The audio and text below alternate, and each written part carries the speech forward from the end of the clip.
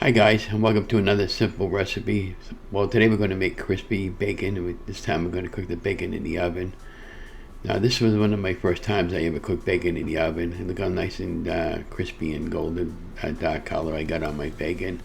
So this is a pretty simple recipe. You just separate all the bacon and put it on a lined sheeting pan with aluminum foil or a bacon rack. Pop it in the oven at 400 for about 20 minutes, and flip it on the halfway point, and from that point you just let it finish cooking and flip it on the other side, and then check it periodically. Baking is not something you want to walk away from, regardless of whether or not you have an oven, air fryer, or a hot stove.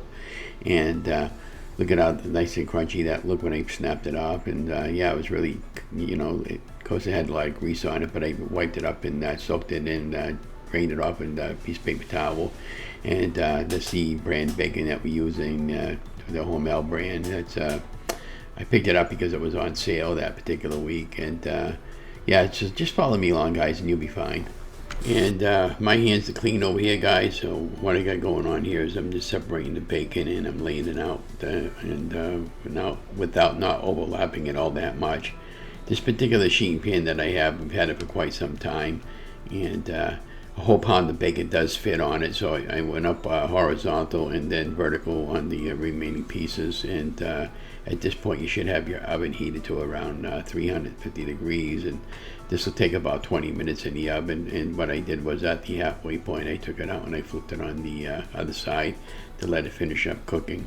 And again, we have this all filmed on the process, so let's get going. Just keep watching the video. And, oh, don't forget, yep, I know you forgot already. You forgot to like, share, and subscribe to my channel, and you forgot to leave me a comment below the video on how my videos are doing now.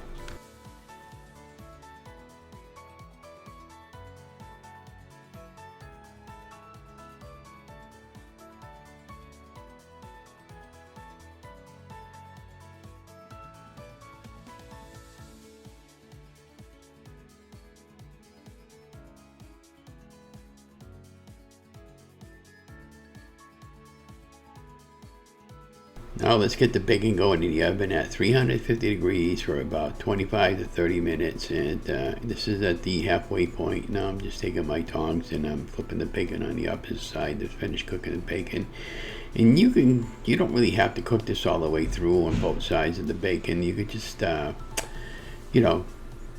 pre-cook it like I do many times, and then the next time I have it, I'll generally put it in the air fryer when I want a couple of slices of bacon and stuff like that. And or if I want a BLT on a Shrinkables sandwich or whatever your favorite low-carb bread is. And I've done that many times.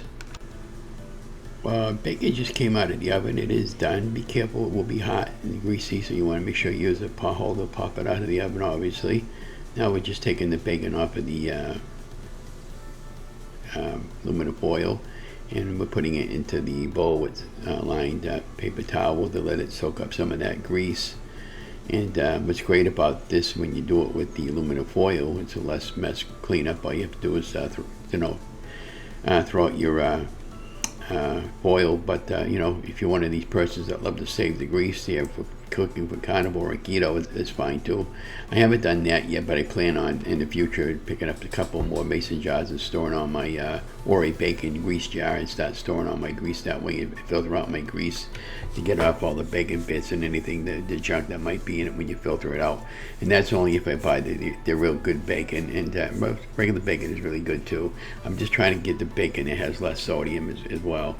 But look how nice and crispy that bacon came out. And that first couple pieces were a little bit darker, but when I took my two fingers and I snapped it in half, I had to see how crispy they were. I had the couple pieces this morning when I had the bacon, and it came out really good. And again, don't forget to like, share, and subscribe to my channel. I take a lot of pride in what I'm doing. And thanks for watching, and have an amazing week. And be watching for some more of these amazing recipes that I'll be doing from time to time. I'm getting really sharp at putting these recipes together for you guys, if you notice. And don't forget to leave me a comment and to show more. Have a great day.